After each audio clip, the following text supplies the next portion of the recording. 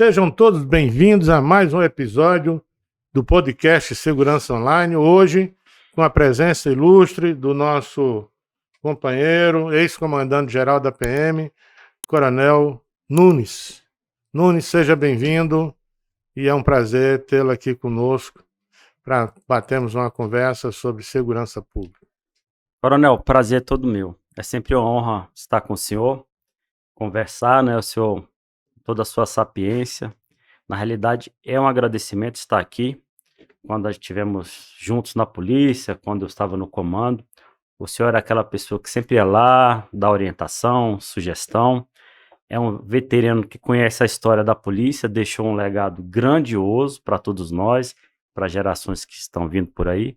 Então, eu só tenho a agradecer essa oportunidade, mais uma vez, estar aqui batendo um papo sobre algo tão importante, que é a nossa segurança. Obrigado pelas suas gentis palavras.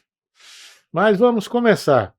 E vamos começar, já que hoje nós vamos fazer um programa mais voltado para o Distrito Federal, que é o nosso programa, ele é um programa genérico em termos de segurança pública para todo o Brasil. Vamos pegar uma parte do Distrito Federal e juntar uma parte com o resto do Brasil. Nunes, uma das coisas mais bonitas que eu já vi serem criadas aqui na Polícia Militar do Distrito Federal foi o Instituto de Ciências Policiais. Você trabalhou ali há alguns anos, implantou, certificou e depois que você saiu do comando, aquilo não funcionou mais. Esses dias eu vi a notícia que ele foi recertificado e voltou a operar. O que é que você me fala disso? Coronel, o Instituto Superior de Ciências Policiais, que é a primeira faculdade e órgão policial do Brasil, reconhecido pelo MEC para graduação e pós-graduação lato sensu, ele obteve 3 certificados sob a nossa gestão, né? Ele foi credenciado, autorizado e reconhecido como uma faculdade e autorizado a oferecer cursos superiores com nota máxima. Então mestrado e doutorado. Ele ficou como um filho, né? Continua sendo um filho, mesmo longe, a gente guarda aquele amor pelo Instituto. Foi um momento fantástico dentro da corporação. E o senhor também contribuiu muito, porque quando estávamos criando o Coronel com esse costume de ajudar os seus companheiros, o senhor esteve lá com a gente. Então nós criamos essa faculdade pública federal dentro da polícia. Muita coisa boa aconteceu e continua acontecendo em relação à educação na polícia. Como diz o Egon Bittner, um sociólogo americano, tcheco, né, radicado nos Estados Unidos, o policial tem que vir das melhores universidades. A gente vê muita gente falando sobre segurança pública, empiricamente, sem saber o quão complexo, né, fatos cotidianos têm mostrado para a gente como a segurança pública é importante. Então a gente precisa conhecer. Desse trabalho do Instituto foram criadas graduações, pós-graduações, lato sensu, centenas de policiais foram para o mestrado. Mas foi autorizado estrito sensu também, né? A gente ainda está nesse processo do estrito sensu, né? Todo o processo que foi feito foi junto à INEP, o Instituto Nacional de Educação e Pesquisa Anísio Teixeira, a academia. A gente fala academia porque esse nome academia veio desde Platão. Afinal, a primeira faculdade do mundo ocidental conhecido foi criada por Platão. Em 1486, em Estágera, na Grécia. Ou seja, nós temos aí 1486 em Estágera, na Grécia, criado por Platão. E o nome era Academia, por coincidência, né? Academia é conhecido como o nome do órgão de ensino de todas as polícias, do mundo inteiro. Tem até filme, né? Academia de Polícia.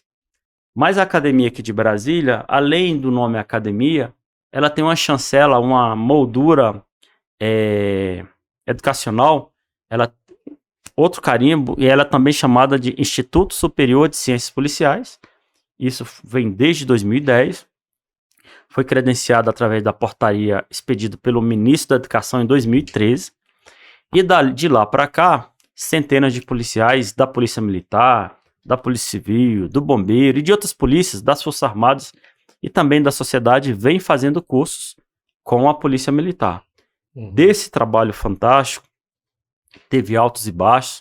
Nós tivemos alguns anos recentes, agora no passado, assim, não houve uma compreensão muito clara, mas agora está retomando. O Major Fonseca da Polícia Militar hoje está à frente disso.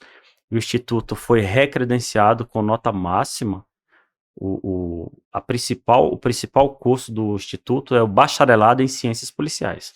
Nota 5. Nota 5, a nota máxima, não é?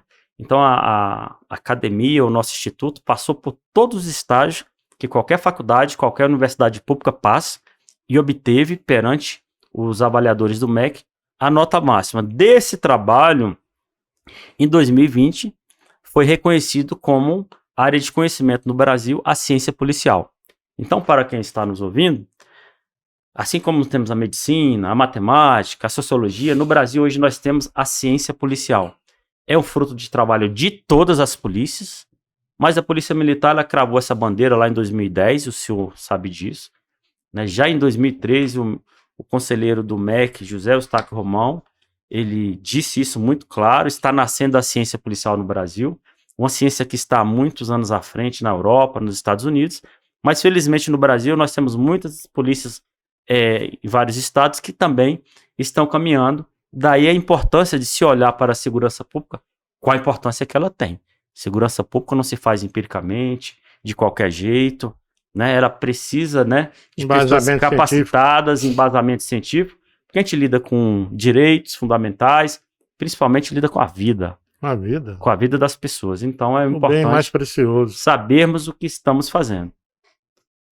Eu fiz essa primeira pergunta porque tem uma coisa que eu acho interessante. Talvez a Polícia Militar do Distrito Federal, se eu não me engano, seja a instituição policial militar do Brasil com o maior número de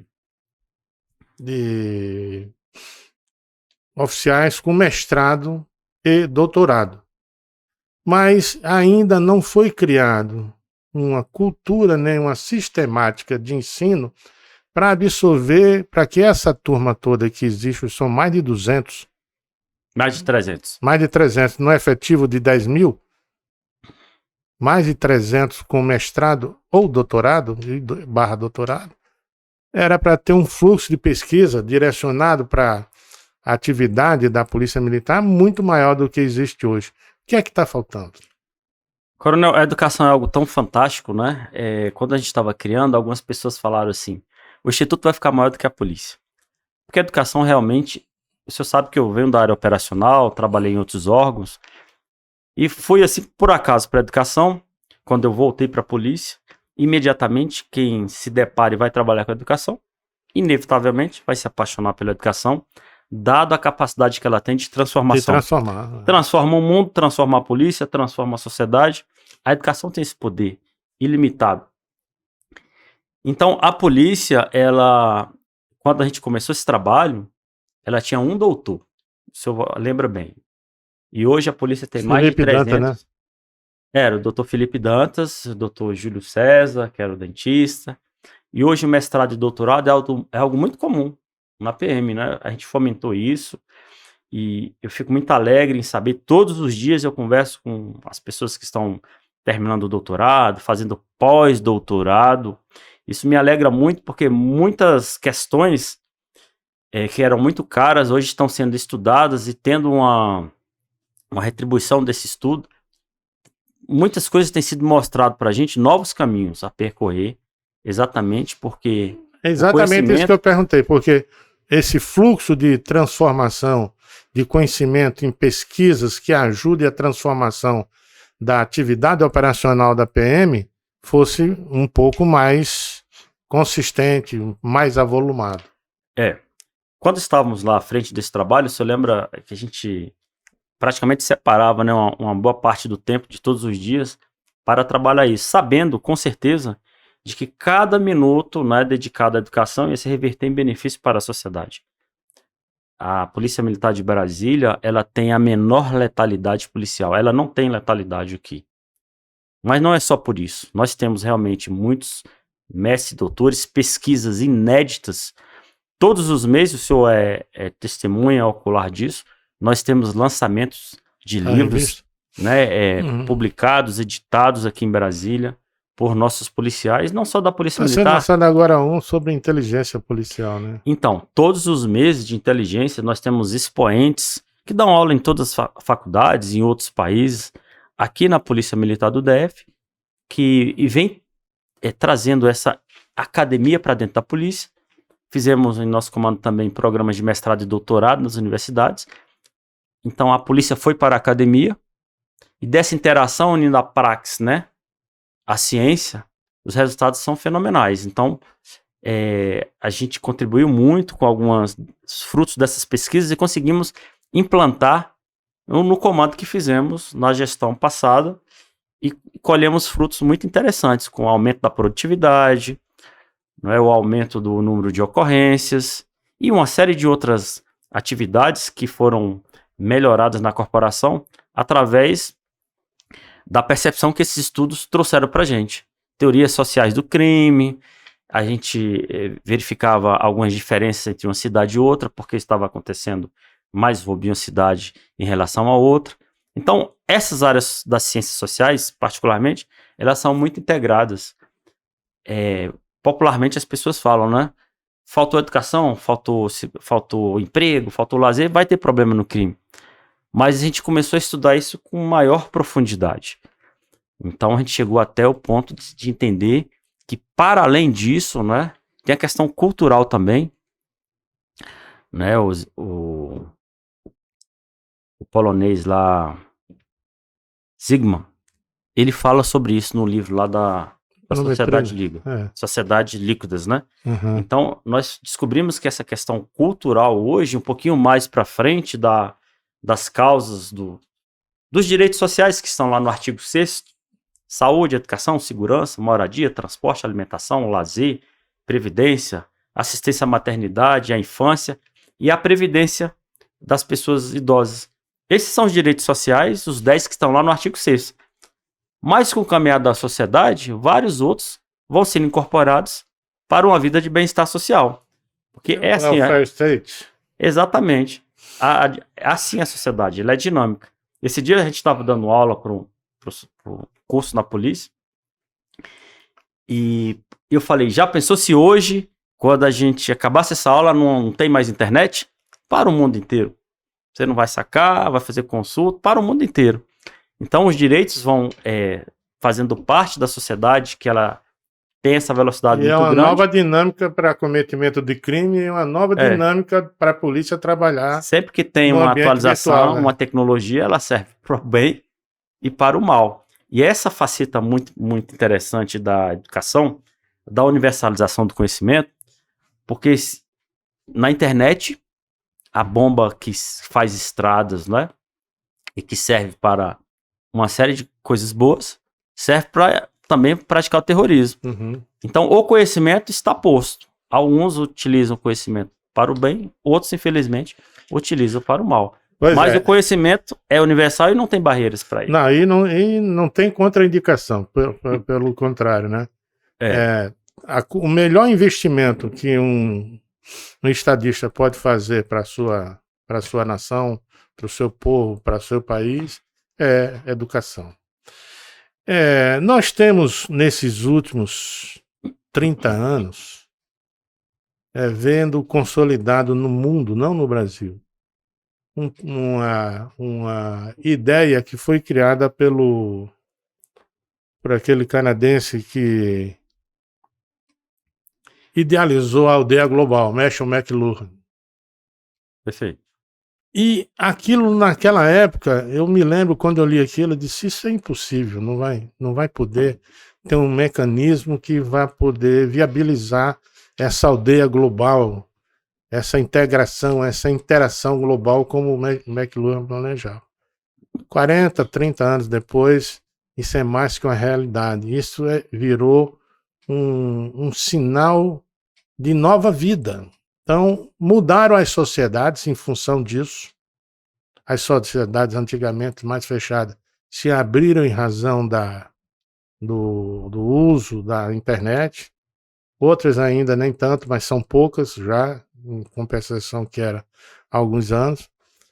E nós temos visto que no Brasil, a tecnologia, a TIC, né, a famosa TIC, Tecnologia de Informação e Comunicação, ela ainda pouco empregada na atividade, na prática policial brasileira. Por que isso acontece? Boa pergunta, né? Essa matéria de geopolítica, eu sou um dos professores lá da academia, geopolítica de segurança pública. A gente começa lá da Revolução Francesa, passa pela Primeira Guerra, 1914-19, Guerra Fria, Segunda Guerra, e a Declaração de Direitos Humanos, a criação da ONU, até chegar aqui ao Distrito Federal, a RIDE, falando da questão da segurança pública, como a RIDE impacta positivamente o DF, como ela impacta, como tudo tem os prós e os contras. E por todos esses momentos que a gente passa e vai pontuando da história do Brasil, da história da segurança, dos conflitos, a tecnologia é um ponto crucial. Quando nós estávamos no comando da corporação, a gente entendeu que a tecnologia, na realidade, era o óbvio, né? A tecnologia é um aliado. Não existe hoje nenhuma profissão, da mais simples que possa existir. A tecnologia hoje, o agronegócio, eu que sou um fã de assistir os programas de agricultura, transformou a tecnologia, né? Drone, eles pulverizam ali no local certo, sem desperdício de uma gota de agrotóxico ali. E a área de segurança não seria diferente. Então, o coronel André Luiz, que era o meu departamento de operações, lá no comando, implantou o reconhecimento facial na rodoviária de Brasília. Todos os dias, ele prendia foragido da justiça. Aqui na capital. Todos os dias, somente um local. Então, para o senhor ver como a tecnologia ela tem o poder. A rodoviária passa 1 milhão de pessoas por dia. Como os policiais poderiam abordar, né, e então, todas essas pessoas com esse êxito. Então, todos os dias, a máquina, né, o equipamento que ele colocou, ele prendia essas pessoas. Então, a tecnologia, isso é somente um exemplo, mas ela em todas as áreas, na área da segurança pública, principalmente com efetivo reduzido. A Polícia Militar hoje, do DF, tem um efetivo menor do que tinha há 30 anos. Quando eu me aposentei em 2005, o efetivo da polícia aqui era 18 mil homens, hoje é 10. Então, a Polícia Militar hoje tem um efetivo 60% menor do que tinha em 2003. Nós tínhamos 16, chegou um efetivo bom, já tivemos 16 mil e hoje temos 10 mil. E é porque fizemos concurso, né, no governo, antes desse governo que aí está, nós fizemos todos os concursos, estava no comando, e entraram aí na faixa de entre 3 e 4 mil policiais. Não fosse isso, realmente estaríamos numa situação muito difícil. Então, isso é importante também, a partir dessa fala do senhor, o efetivo muito pequeno, as dificuldades que Brasília enfrenta em todas as áreas. Então, os policiais têm uma função. Eu lembro que os outros comandantes gerais, a gente fazia reuniões, falava: Nunes, não queria estar na tua pele de jeito nenhum. Porque além da atividade de segurança pública, que a Polícia Militar faz no DF, como todas as outras, tem essa parte aqui dos poderes, né? Dos 3 poderes, das embaixadas, dos tribunais superiores, da representação que o DF faz, a importância que ele tem disso perante o mundo também, e sempre foi feito da melhor forma. Eu costumo falar, e é a pura verdade, qualquer um que acompanha ou sabe, pode pesquisar, nós tivemos episódios de manifestações há 2 anos no Chile. No primeiro dia foram 30 e poucos mortos.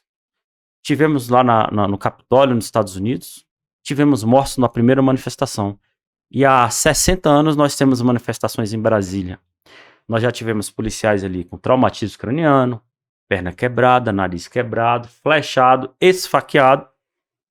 E jamais nenhuma pessoa foi vítima de uma letalidade naquele palco que é aqui a esplanada dos ministérios.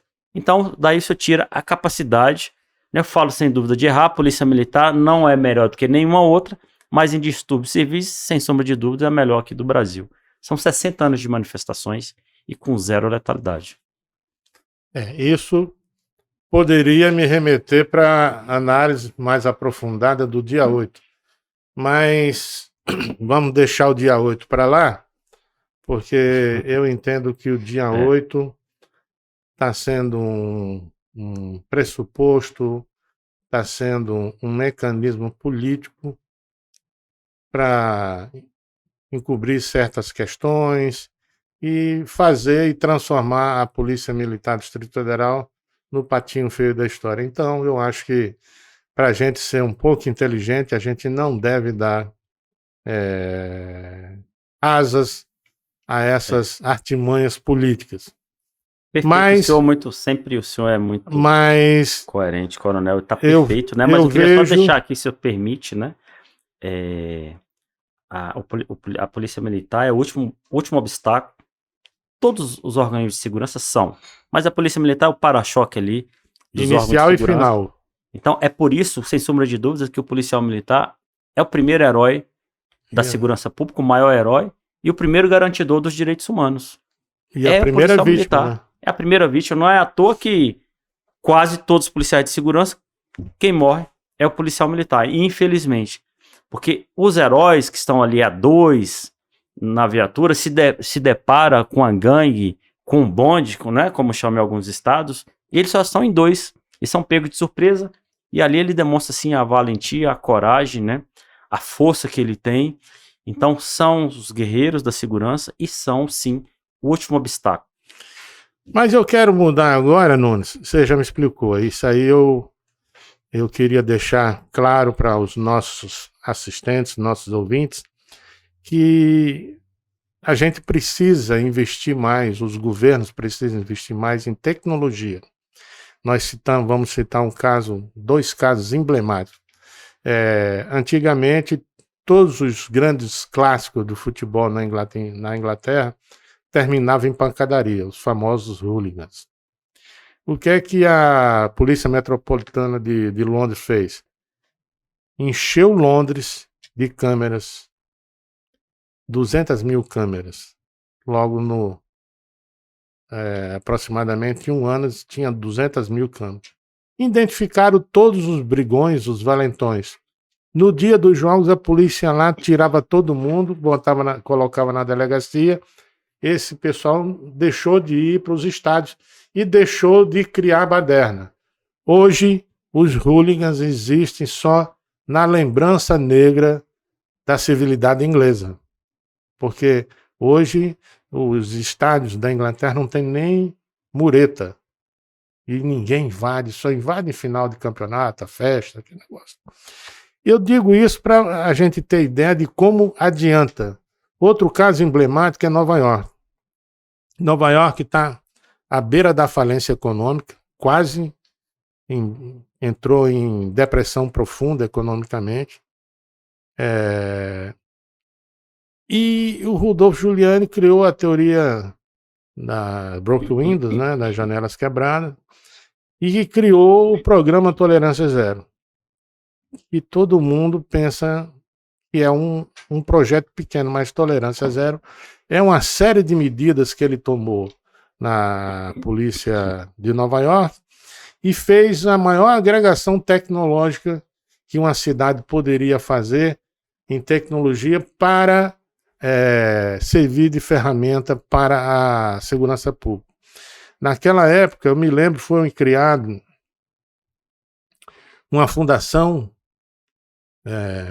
de geração de novas tecnologias para a polícia de NIPD, né, na Departamento de Polícia de Nova York, e entrou gente, inclusive da IBM, civis, empresas com altíssimo portfólio tecnológico para produzir insumos, ferramentas para a segurança pública. Hoje, Nova York é pujante economicamente, tem os níveis de criminalidade totalmente controlados, porque a segurança pública ninguém erradica, controla. E você vê que a produtividade da polícia aumentou exponencialmente. Então, num país onde a gente lida com os baixos efetivos, os orçamentos escassos, que são os nossos de segurança pública no Brasil. Eu vi hoje no jornal que para 2024 foi cortado 700 e poucos milhões da segurança pública. Para quem já teve um orçamento esse ano muito abaixo das nossas necessidades, cortar mais 700 e poucos milhões É a mesma coisa que convidar a criminalidade para agir livremente no Brasil. Então era isso o alerta que o Segurança Online queria deixar, e você foi comandante, você testemunhou isso, você trabalhou nisso. Eu me lembro que você montou aquele sistema de câmera lá na Esplanada, que até hoje o Fraga fala naquele negócio, que ele ficou admirado como você dali, do seu gabinete, você via o que estava acontecendo no plano piloto. O senhor falou tudo, na realidade o senhor já deu a aula completa Aham. aqui, né, sobre a tecnologia, e ninguém melhor do que o Coronel Wellington fala sobre segurança e tecnologia, foi meu professor durante anos sobre isso, mas quando o senhor falou Londres, e eu tive lá por coincidência, né, foi coincidência, nas Olimpíadas eu era o comandante, e tive a oportunidade de ir em Londres, porque Londres sediou as Olimpíadas e a Alemanha em Berlim a Copa do Mundo. Uhum. Eu tive no estádio lá de Berlim, o estádio nacional de Berlim, muito parecido com aqui com o Mané Garrincha, tem aquelas pilastras. E nós vimos como eles atuaram enfrentando esses grupos, como os hooligans, e como a tecnologia era importante. E foi implantado aqui. Eu lembro quem estava à frente da tecnologia era o Coronel Lima Filho. E o Lima Filho foi comigo para... nós tivemos nessa viagem, buscando essas experiências, e não por acaso, tanto na Copa do Mundo quanto nas Olimpíadas, Brasília foi eleita a cidade mais segura. Nós não tivemos nenhum episódio grave aqui, pequeníssimas coisas mesmo que foram resolvidas, um policiamento muito forte e com a ajuda da tecnologia. Nós tínhamos câmeras, né, potentes, a Polícia Militar se precaveu também com equipamentos, montamos a cidade do automóvel, a cidade policial ali do lado da torre. Isso é um costume da Polícia Militar e são práticas que a gente tem repassado para outras polícias. Comando móvel, né? Comando móvel. Para o senhor ter uma ideia, já que o senhor falou no Instituto, nós temos uma delegação de Rondônia agora, que amanhã estará na academia da polícia, tratando aí sobre essa questão da faculdade. As primeiras pessoas que vieram aqui, o governador Daniel Pereira, que foi governador de Rondônia, amanhã vai estar o coronel Marcelo de Rondônia, aqui com o Major Fonseca, vendo essa questão. Então as polícias não só trabalham na rua, mas estão trabalhando muito, acelerando muito em planejamentos, tentando prever os próximos passos do crime para exatamente trabalhar na prevenção, evitar que o crime aconteça. Então nós tínhamos, com os recursos que tínhamos naquela época, montamos sistemas, criamos o Copom da Polícia Militar, então a gente tinha aquelas câmeras. Então a polícia, com o efetivo que tem, com os recursos que tem, ela faz muito. Ela faz muito, entrega muitos resultados. Eu posso garantir que a polícia brasileira, porque eu conheço todas as polícias do Brasil, tive a oportunidade de ser o presidente ali nacional, como você sabe. Então as polícias, isso é algo assim que está no sangue do policial. Ele entra, ele consegue enxergar e ele vê imediatamente no seu primeiro dia, ele ajuda as pessoas, evita o crime, socorre. Aquela adrenalina, sempre a adrenalina do bem. Então ele se apaixona muito rápido pela profissão e ele esquece tudo. Ele dá o melhor de si nos horários de trabalho e muitos dão até a vida em defesa da sociedade. Precisamos então de mais reconhecimento. Os policiais precisam do apoio da sociedade porque foi a sociedade que criou a polícia. Ela pertence à polícia. Ela não foi uma invenção de outro mundo. Quem criou a polícia foi a própria sociedade. A sociedade tem que ajudar a polícia porque ela está aí para defendê-la. Não existe contrapartida, né? Não existe sociedade sem polícia. A polícia trabalha para a sociedade e a sociedade, no meu entendimento, tem a obrigação de fiscalizar e defender a sua polícia. Fiscalizar e defender, porque a polícia é um fruto, né? De onde são os policiais de Brasília? Do DF. Os filhos dessa cidade, jovens, crianças, que hoje são crianças, amanhã serão policiais. De onde são os policiais da Inglaterra? Daquela sociedade. Então ela traz um extrato também dessa cultura da sociedade e vem para a polícia. Obviamente que na polícia tem regulamentos muito fortes. Eles criam uma cultura também por conta da rigidez que são os órgãos policiais, particularmente a Polícia Militar, porque tem os regulamentos normais e ainda tem os regulamentos militares. Então as polícias militares, por conta dessa dupla função que fazem, são gendarmerie, são as polícias que faz o policiamento e se precisar faz o combate também. Na realidade é um trabalho assim barato para o governo, porque ele tem uma polícia que faz o policiamento, se tiver um distúrbio, tiver uma guerra, ele vai trabalhar também. Então no mundo inteiro essas polícias que fazem a dupla função, Preservação da ordem pública. preservação da ordem pública, inclusive vão para a guerra se necessário for. São as gendarmerie, que tem origem francesa. As polícias que fazem só o policiamento são origem inglesa, lá de Robert Peel, Scotland Yard, e nós, as polícias militares, têm origem francesa, Metropolitana. da gendarmerie, homens das armas, da época medieval, né? Bem, vamos agora entrar numa fase de umas reflexões que eu ando muito preocupado. O Brasil hoje está vivendo um momento já alogado de maus exemplos em todas as áreas. Os políticos estão dando maus exemplos, os magistrados também fazendo a quem usurpando função de outros poderes, dando interpretações casuístas para fatos semelhantes, enfim. Hoje nós não temos mais uma jurisprudência consolidada, porque hoje é do amanhã, o outro ministro amanhã muda aquela jurisprudência. E estamos vendo agora, recentemente, que o ministro do Supremo invalidou todas as provas da Lava Jato. Isso já vem acontecendo numa escala mais velada desde algum tempo. Criou-se, através de ato normativo interno do Conselho Nacional de Justiça, que não é órgão legislativo, criaram as audiências de custódia, que não é nada mais do que uma campanha de demonização da polícia. A mídia brasileira, hoje, está basicamente unida nessa demonização. E os partidos políticos também. Nós estamos chegando ao ponto do ministro da Justiça e Segurança Pública querer acabar com as polícias militares. Por razões ideológicas, alguém que da época dos governos militares, as polícias trabalharam muito junto das Forças Armadas, então existe um ranço desde aquela época e hoje a revanche está vindo a cavalo. Então isso está causando insegurança. O nosso policial, além de ser submetido a códigos disciplinares rígidos, legislação dupla, que é a legislação civil e a legislação militar, está agora nessa insegurança. Via-se de uma decisão do STJ dizendo que o marginal que der um tiro na porta para entrar na sua casa, ele ainda não cometeu crime.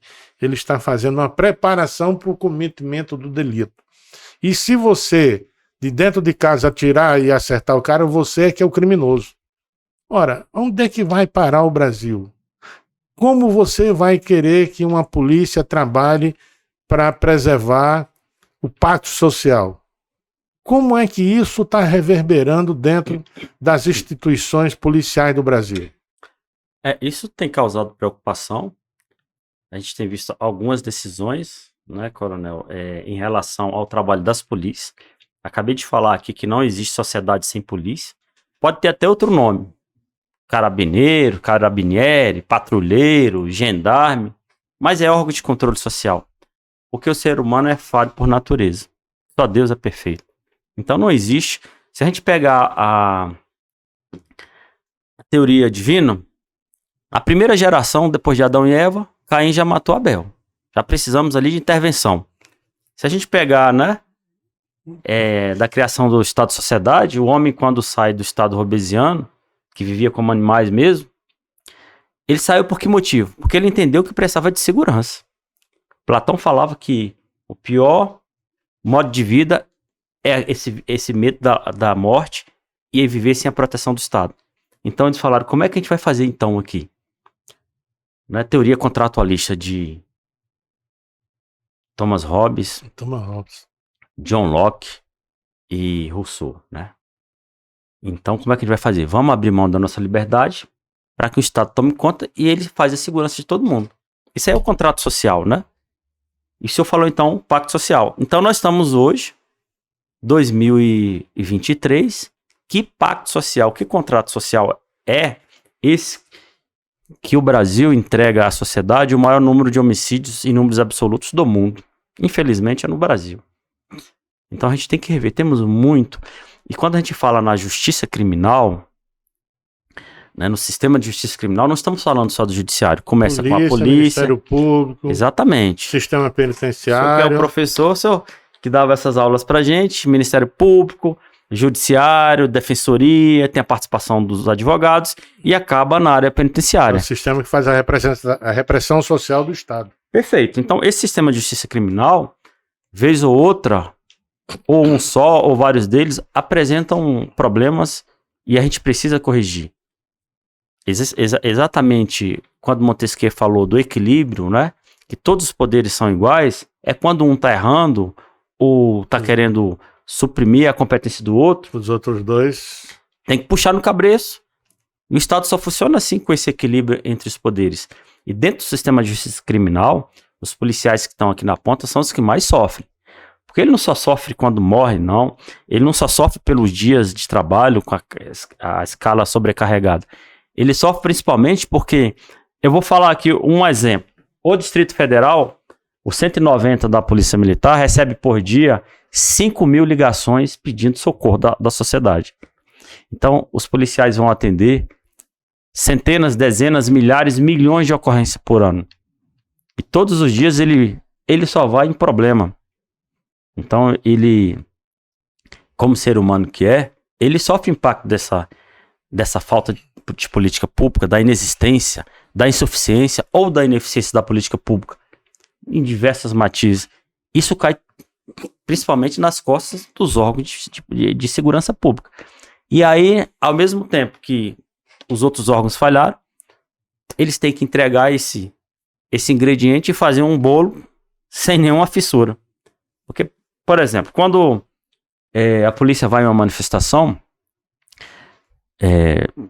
por alguma exigência, uma revolta de alguma parte da população que vai na manifestação, algum setor falhou, alguma política pública falhou, ou várias falharam, ou há uma dificuldade política, né, de pacificação, e deu tudo errado, o pessoal vai para lá e bom, então a polícia agora resolva da melhor forma, né, para não ter depredação, para ninguém ser machucado, então a polícia pega um saco de problemas e tem que fazer um pudim daquilo ali. Esse é o trabalho da polícia todos os dias. Então, quem está do outro lado tem que ver também o nível, né, as condições que são dadas para os policiais trabalharem, né, as leis, como o judiciário tem olhado para os policiais. Então, esse sistema de justiça criminal, eles têm que estar em constante discussão. Todos os órgãos, principalmente quem está mais acima em qualquer cadeia de comando, ele tem que dar o exemplo. O senhor falou muito bem. Tem que dar o exemplo e olhar para baixo e ajudar quem está embaixo. As polícias, sem dúvida nenhuma, são quem sofre mais no sistema de justiça criminal. Porque são os que morrem, são os que têm que decidir infração milésimo de segundo, o que faz para que outros decidam se está certo ou não, e às vezes passa 10 anos para decidir. E aí é mais fácil. Então, por isso, e por essa razão, e por outras tantas, que a gente poderia citar aqui, umas 100 ou 1000, o policial é a parte mais frágil disso. Obviamente, não estou aqui fragilizando não, mas o policial precisa de apoio da sociedade. Porque ele se dispõe a morrer. E proteção do Estado. Mas precisa dessa proteção. Eu acho que a gente está no caminho, hoje tem sido discutido, essas coisas têm sido discutidas, e se Deus quiser a gente vai caminhar para frente. Porque quando a gente começa a observar determinada CPI, é um show de incompetência de todos os setores do governo que trabalharam no dia 8. Mas errado mesmo foi só a Polícia Militar do Distrito Federal. Negócio de maluco, uma coisa que o cidadão comum não consegue entender, e a gente não consegue entender que um tribunal que votou no seu colegiado, tomou a decisão de prender um determinado ex-presidente, hoje, um ministro só, de forma monocrática, anula tudo que os outros votaram em conjunto. Quer dizer, como que é um negócio assim que a gente não consegue entender. Eu tenho muitos amigos no exterior, nos Estados Unidos, na Europa, que eles perguntam, Hélito, o que está acontecendo no Brasil? Cara, você que não é brasileiro não entende, eu que sou daqui não entendo, como é que você quer entender? Então a gente vê o circo dos horrores e me preocupa muito, porque uma vez instalado uma estabilidade mesmo, um processo de estabilidade e convulsão social, nós vamos para uma guerra civil. Coronel, eu espero que a gente não chegue a tanto. A gente percebe, né, na história do mundo e do Brasil que é assim, o mundo não arreta. Tem altos e baixos e vai ser sempre assim. É como moda, né? Principalmente moda feminina. Coisa de 20 anos, daqui a pouco volta. E a sociedade tem esses altos e baixos, né? Algumas coisas que a gente entendia que não podia voltar, volta. Mas a gente tem que ter fé. Fé no Brasil, fé no futuro, fé nessa juventude que está aí. E falar que nós vamos conseguir resolver os problemas. A justiça vai encontrar o melhor caminho, vai encontrar o eixo. E eu acredito nisso, né? Hoje, inclusive, estou dedicado à área do direito. E nos autos, quando a gente está encerrando ali dos pedidos, né? A gente sempre coloca, né, que temos fé na justiça e temos fé também no Brasil. O Brasil é feito por 200 e agora toda hora está mudando, né? 230 milhões. 212, 210 milhões, mas são de pessoas honestas, trabalhadoras, é o melhor país do mundo. Nós temos que ter capacidade de fazer esse país ser melhor, porque nós temos nossas crianças aí, temos que entregar algo melhor.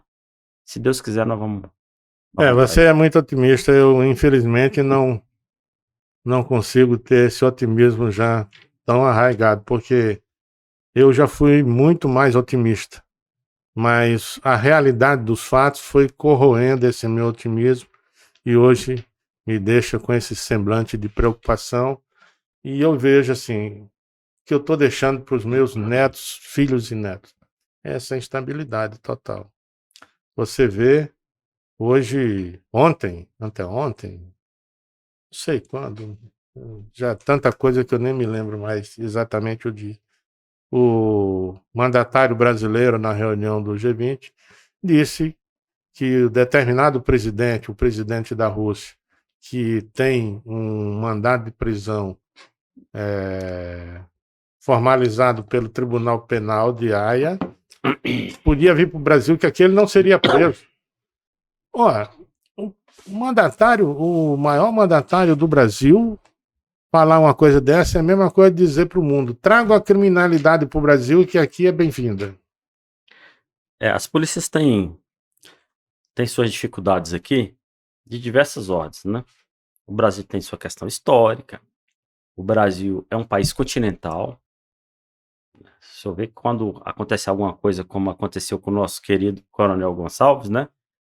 E heroicamente pousou um helicóptero lá no Pará, no Amapá, no Pará, quase não Perto do encontra. Amapá. Porque a floresta, né? O Brasil é um país continental, então temos essas dificuldades, essas complexidades, porque é um país muito grande, mas as polícias, mesmo diante das dificuldades, elas têm condição de, com um pouquinho de apoio, fazer entregas melhores, né? Hoje, com apoio nenhum, ela já faz o máximo. As polícias hoje, infelizmente, eu acho que aí o papel da imprensa, mas se a imprensa... Pode colocar no papel, se a imprensa divulgar 1%, 1% não, 0,1% do que a polícia faz, a opinião pública muda. A opinião pública vai ficar 99,9%. Porque a polícia erra. Né? Se nós estivéssemos aqui apresentando o jornal, eu ia falar, erramos. E não ia acontecer nada. Porque várias profissões só pedem desculpa e fica por isso mesmo. Agora a profissão do policial, com as condições que ele está... Quando erra, ele paga com a liberdade dele. Ele paga com a liberdade, paga com a vida dele, às vezes de outra pessoa. Porque ele está em estado de guerra. Tem estados como Rio de Janeiro, São Paulo tivemos episódios agora com mortes de vários policiais. Então, além do policial, a mulher dele, nós perdemos vários amigos durante nossa carreira, os filhos dele, a mãe do policial, já tive essa oportunidade de dar essa notícia. Como é que fica? Muitas vezes aqui no Brasil, ou na maioria das vezes, o policial é como se fosse um robô, algo descartável. Não se fala desse sofrimento da família, das gerações dos filhos dele que vão ter problemas. Então, a sociedade precisa abraçar. Não é passar a mão na cabeça dos erros, não. Porque quando erra, a polícia, nenhuma polícia fala, não vou punir. Agora tem que reconhecer os acertos, que são simplesmente 99,999 do que ela faz. No campo da justiça, o meu entusiasmo não chega tanto. Mas no campo da polícia, eu tenho até me surpreendido com algumas sugestões, com alguns atos que estão sendo praticados, tanto a nível no legislativo federal como nos estaduais. Recentemente nós tivemos aprovado a Lei Orgânica da Polícia Militar, a nova Lei Orgânica, agora a Lei Geral das Polícias Civis. Então, depois de 50 anos, 50, o último que tem é 69. Nós estamos caminhando para construir uma legislação que permita que as polícias civis e militares trabalhem em coexistência pacífica, em estado de colaboração, em estado de integração e compartilhamento das suas melhores práticas, das suas informações, das suas perícias, enfim, para que o conjunto da segurança realmente seja a favor do cidadão, porque se a gente também não apresentar solução para a sociedade vai nos abandonar. Esse ponto aí, se o senhor me permite, né, eu acho ainda que... Eu trabalhei, porque a Lei Orgânica é o PL de 2001, 4363, eu tive por várias ocasiões trabalhando na Câmara, em assessorias, na parte jurídica. Eu ainda acho um pouco... É justo e válido, achei ainda um pouco acanhado, e falei isso para o relator, que é o deputado federal Capitão Augusto. Achei que poderia avançar mais. O senhor sabe que eu sou crítico em relação ao modelo policial brasileiro. Aí nós estamos falando aqui tecnicamente, sem zero questão ideológica, questão técnica. Quando se compara o modelo policial brasileiro, o modelo policial dos outros países, vemos que estamos muito atrás ainda. Né? O Brasil tem a inspiração na polícia francesa, das gendarmes, isso é questão histórica. Mas quem criou a polícia militar do Brasil, tanto a polícia militar quanto a polícia civil, foi Dom João VI, né? Fugindo de Napoleão, chegou aqui e criou. Criada na experiência dos jesuítas. Foi criada à luz da polícia de Portugal. Inclusive no decreto de criação tá, tendo em vista o tráfico e etc, sou levado a criar no Brasil, de forma que criei em Portugal, a Divisão Militar da Guarda Real de Polícia, que vem a ser a Polícia Militar. Mudou de nome várias vezes e chegou hoje a ser a Polícia Militar. Federal, né? Bom, a gente faz piada com português, mas Portugal mudou a polícia dele. Então são polícias de ciclo completo, como é no mundo inteiro. No mundo inteiro são polícias... Tem país que tem 1, 2, 17 mil. Outros falam 18 mil nos Estados Unidos. Tem polícia militar civil, só militar, só civil. Polícia Nacional, Polícia Estadual, Polícia Municipal. Mas todas elas são polícias de ciclo completo. É essa, né, a discordância que eu tenho. Que eu acho que a lei orgânica deveria avançar mais. Porque a partir do momento que nós implantamos aqui no DF o ciclo completo para os crimes até 2 anos, a PM teve um aumento de 70% na sua produtividade. Pouca gente sabe disso, porque ela não fez divulgação, não fez marketing, ela só trabalhou. Então, aos policiais tem que ser dado condições de trabalho. Eu sei que isso é uma discussão que já travamos dezenas de vezes no Congresso Nacional, em outros estados, até em outros países, mas eu acho e sou crítico desse modelo, morro por ele. Precisa entrar numa luta, numa ocorrência, numa guerra por esse modelo? É o que está aí, vamos morrer por ele. Mas eu concordo? Não concordo com esse modelo, que passamos aí 30 anos, lutamos e conseguimos mudar algumas coisas, como mudamos os crimes até 2 anos, que o senhor sabe, que não só no DF, 99, né? Em 19 estados, a Polícia Militar faz esse modelo de ciclo completo nos crimes de até 2 anos e com índices fantásticos. Se o senhor pegar hoje os estados que têm melhores índices, menor índice de homicídio, crimes letais intencionais, são exatamente os crimes. Por exemplo, primeiro lugar hoje é Santa Catarina, São Paulo, Santa Catarina, o DF, são esses estados que implantaram isso. Então eles deram fôlego, eles otimizaram a capacidade da polícia militar com pouca coisa. E de onde saiu isso? O senhor falou agora há pouco, Rudolph Giuliani, quando foi prefeito de Nova York, implantou, né, a repressão aos crimes menores, porque ele já falava, né? E de onde Rudolph Giuliani tirou isso da cabeça dele? Ele trouxe da escola de Chicago, de 1982, e tinha 2 pesquisadores lá, James Wilson e George Kelly, que eles falavam o seguinte: tem que reprimir, porque o bandido anda nos crimes pequenos para correr nos grandes. Simplificando isso, a gente tem que educar os filhos enquanto são pequenos, porque estão grandes, fica mais difícil ou impossível. Então, a gente tem que trabalhar nos pequenos crimes também, e as polícias militares que fazem o ciclo completo hoje estão trabalhando de uma forma fantástica. Mais efetiva. Estão trabalhando de uma forma efetiva e dando combate a isso. Então, os crimes, você pode pegar agora, nós implantamos isso na gestão 2015, 2018, em 19 estados do Brasil, hoje já fazem, e nós tivemos uma queda vertiginosa dos homicídios no Brasil. A queda no DF começou exatamente em 2016, quando implantamos, foi exatamente o primeiro dos últimos 30 anos que Brasília teve menos de 20 homicídios por grupo de 100 mil. Quando a gente potencializou a capacidade dos policiais. Você era comandante e a doutora Márcia era secretária. A doutora Márcia nos apoiou, o governador Hollenberg era entusiasta de um trabalho efetivo, tanto é que implantou aqui em Brasília o Pacto pela Vida, e tinha exatamente como eixos a governança, que ele fazia muito bem. Várias vezes eu estava em trabalho noturno, por exemplo, colocando ali divisores de manifestações na esplanada, chegava o governador 3 horas da manhã. Ih, coronel, vai dar certo? Tá precisando de quê? O nome disso é governança. Governança está junto, apoiar, perguntar quais são os problemas.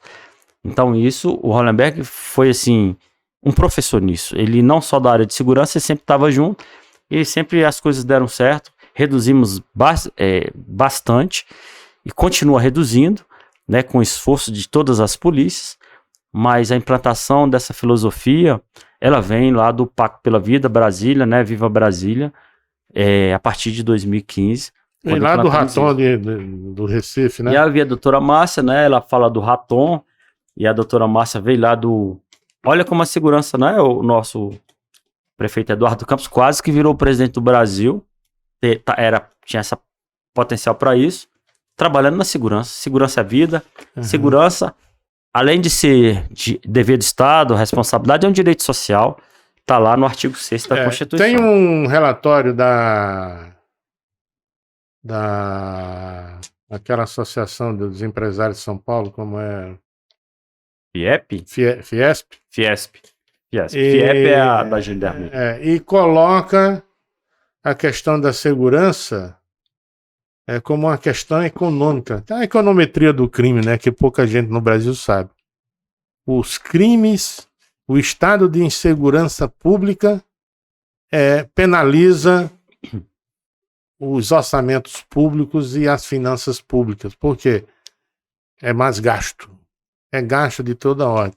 Ainda vou fazer aqui um episódio só para falar sobre econometria do crime.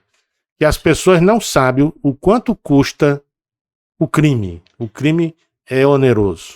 O senhor falando aí, eu lembrei aqui, quem é professor nessa área de economia do crime é o secretário de Segurança Pública de São Paulo, o capitão Derrite, com quem eu tive a oportunidade de trabalhar. Ele sabe isso aí tudo, né? Ele leu tudo e é um professor nessa área de economia do crime, e não por acaso é o secretário da Locomotiva Econômica do Brasil. Então você já está fazendo um brilhante trabalho em São Paulo, e em São Paulo a população está em boas mãos, porque já que o senhor falou em economia do crime, o Derrite sabe tudo sobre isso. Inclusive, parabenizar o governador de São Paulo por estar assumindo o encargo da segurança pública nas costas dele. Ele realmente disse que segurança pública é um problema do governador, e assessorado pelo secretário, pelos comandantes, pelo diretor-geral e por todos. mas ele é que é o responsável, ele está à frente e está fazendo a diferença. Se só me permite, se eu tocou num ponto fulcral, né, essa questão de segurança pública é um assunto de quem? Do Estado, da União, do município? Todos. Nós temos, é de todos. Mas ao longo da história, desde a Constituição de 1891, a União falou, isso aqui é do Estado. Só o Estado e a União quem tem atribuições. O município não tem. Mas até 1891, até por questão de soberania, né, do território, vou me adiantar aqui, em 1 minuto eu vou fechar. Era da União. Com a Constituição de 1891, né, a primeira Constituição da República, passou para os estados. Então hoje realmente está na mão dos estados e os governadores têm essa preocupação maior. A União precisa, né, colaborar mais com a segurança. Os municípios. Com os municípios. A União precisa, porque os gastos estão entre 70% e 80% dos estados. Não é só uma questão de gasto. Esse dia a dia, é claro que a União, através do Ministério da Justiça, tem as polícias federais, que são muito importantes, e faz esse trabalho fenomenal. Mas o grosso, o varejo, o homicídio, o estupro, o roubo, os assaltos, isso tudo acontece nos estados. E a União colabora pouco com isso. Temos os municípios, esse dia a dia, na ponta da linha ali, né? No chão de fábrica, vamos dizer assim. Então, a União precisa colaborar mais, como tem países que falam, não, segurança pública é assunto de primeira ordem, então isso aqui é meu. Nós temos vários países do mundo de segurança pública, o principal protagonista, né? O principal ator, o principal gestor é a União, o Estado-União. E no Brasil, o principal são os estados federados. Na América a gente vê bem isso. Isso é uma questão histórica, né? Não dá para mudar, mas a União eu tenho certeza que ela pode. Depois da lei do SUSP, né? De 98, que foi a última, a gente precisa então avançar em muitas coisas ainda. Tenho certeza. Que até hoje não foi implantado. 3675, né? Muito bem, chegamos ao final do nosso programa de hoje, do nosso episódio. Aqui onde nós tivemos o prazer de conversar com o Coronel Nunes, o nosso jovem ex-comandante-geral, uma pessoa muito bem preparada, muito bem qualificada, um gentleman. E sempre é um prazer, Nunes, conversar, trocar ideias contigo, porque a gente sabe o seu idealismo na questão da polícia, das polícias, da lei e da justiça. Então, os seus nobres ideais são os ideais nobres que todo brasileiro deveria cultuar. Então, um abraço. A palavra vai para você fazer as suas considerações finais. A gente sabe um pouquinho porque tivemos bons professores durante toda essa vida aí na polícia, e nós somos policiais até o último dia, até depois de morrer, a gente fala que continuamos sendo policiais. Não é fácil essa atividade, né? Pelos policiais, nós temos colegas aí que não sabiam sequer o que ia atender. Quando o policial vai atender a ocorrência, ele não sabe nem quem é, e ele é chamado para um problema e às vezes é abraçado por esse problema. Por uma série de coisas que às vezes é culpa dele, mas muitas vezes não é. Esses são os ardores da profissão policial. Temos amigos que morreram, outros foram presos, outros estão em cama, em cadeira de roda. Então, não é fácil essa profissão, mas a gente ama tanto porque a gente faz muito pela sociedade. Eu queria agradecer a oportunidade, não só de estar aqui, né? Durante toda a minha carreira eu tive o privilégio de ter o Coronel Wellington aí como orientador, dando os passos aí pra gente, o que ele faz até hoje.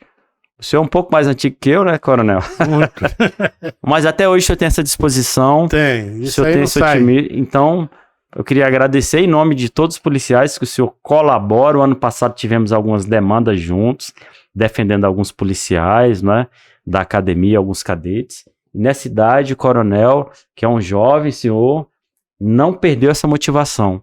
Obrigado, o senhor continua sendo inspiração não só minha, de vários policiais, e que o Brasil entre no rumo certo aí, principalmente a nossa polícia militar continue fazendo o que ela sempre fez. Se Deus quiser. Um abraço a todos. Muito obrigado, um abraço a todos. Obrigado, chefe.